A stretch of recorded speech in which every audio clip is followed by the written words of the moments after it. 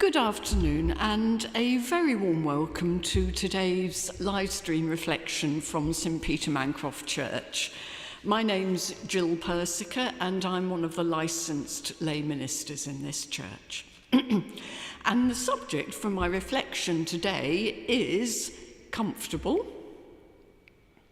Now, my aunt and I had a difference of opinion recently. It was all about bath towels. And it really got me thinking about what comfort actually is. Now, my aunt thinks that the perfect bath towel is big and fluffy and very soft indeed. And even in April or May, she likes to have that towel. She likes to have it warmed up for her in advance on a heated towel rail. And when I hear about this, I think, yuck. Because I like to grab my towel after my shower and I want it to be a wee bit hard, even scratchy, so that rubbing myself with it is really invigorating. You know you're alive with a towel like that. My aunt and I are never going to agree on this one, I'm afraid, and that doesn't matter, of course it doesn't. Except that your towel is perhaps one tiny clue to your preferences regarding comfort. I've actually craved physical comfort since I was a child. That's partly in reaction, I think, to staying in winter in my grandmother's house. It was a big Victorian pile of a place. It was impossible to heat, drafty windows, you get the picture. My sister and I used to leave our clothes within reach when we got into bed at night so that we could get dressed under the covers in the morning rather than face the quite astonishing cold of the bedroom we shared. But fast forward a couple of decades and, egged on by a friend, I must confess, I chose deliberately to inflict considerable discomfort on myself by training to run a marathon. Believe it or not, I used to run for 5 or 6 miles after work 4 or 5 days a week. And I still remember how absolutely ghastly the first couple of miles were. Legs aching, lungs bursting. Why, oh why am I doing this? It hurts. But a couple of miles in, and you'll know this if you've ever done distance running yourself, a couple of miles in, some wonderful brain chemicals start to kick in, start coursing around your body, and suddenly you feel invincible. Running feels so easy and free, it's almost like flying.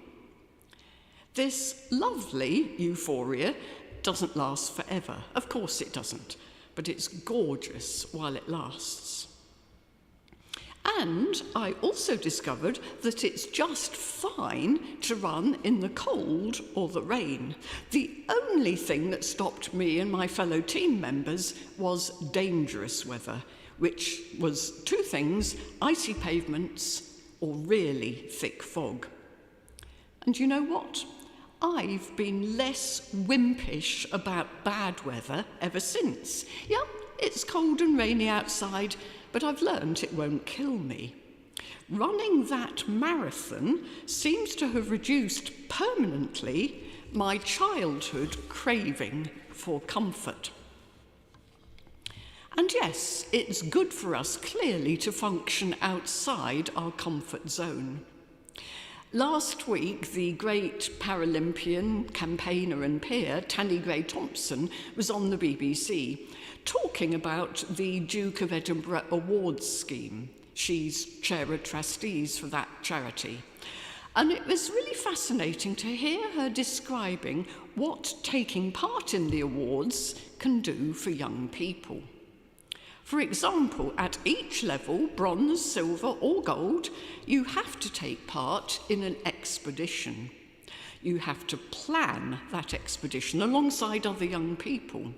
You have to be completely self-reliant whilst taking part, and it will include at least one night camping.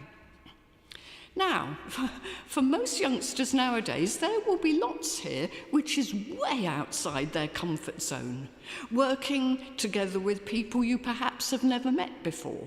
Really pushing yourself physically and mentally, sleeping somewhere much less comfortable than your own bedroom. All of this might seem really scary to a youngster. But Tanny Gray-Thompson emphasised how doing all this builds up not just life skills, but also less tangible qualities, including self-confidence and resilience. So it's little wonder that prospective employers and universities are impressed, really impressed, by young people who've gained a Duke of Edinburgh award. Because these young people will already know what it's like to live through discomfort and challenge, and that is invaluable.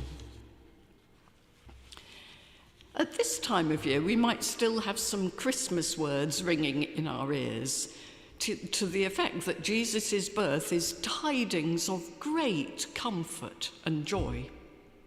And did you know that words like comfort, comforted, comforter appear around 300 times in the Bible? Comfort is a major theme in Scripture.